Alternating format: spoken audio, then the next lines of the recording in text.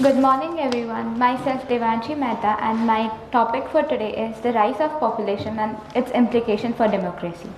Now what is populism basically? Populism is a political ideology that emphasizes the interests of ordinary people over the elite.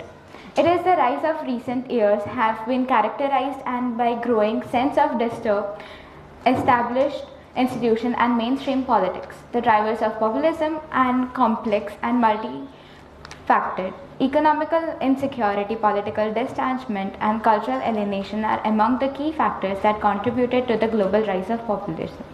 While populism can be seen as a positive force of democracy by representing the interests of ordinary people and promoting participants in politics, it also possesses significant risk. Populist leaders are often adopted by authoritarian style of leadership and reject the norms and values of democratic institutions. The economical insecurity is a major driver of populism. The rise of global competition and technology change has led to the displacement and wage stagnation, particularly among the working class and middle class population.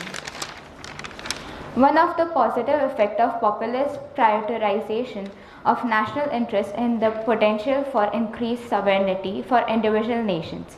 However, this focus on national interests can also lead to the negative consequences such as reduction in cooperation, collaboration amongst nations. If we think about the future, the populist movements and leaders often prioritize national interests over corporations, rejection multilateral institutions and appeal to the anti-establishment sentiments. This has led to the rise of populism and divisions as well as weakening of the democratic institution and norms.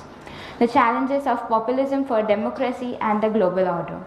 By moving forward this scenario, it is imperative to tackle the underlying populism including economical inequality, populism introducing economical inequality, social exclusion and inadequate representation. By comforting these situations, we can elicit the appeal of populism and enhance democratic institutions. The concentration of efforts can be cultivated and more relevant and democratic world that is better than positioned to meet the needs of individuals both in present and in future. Thank you.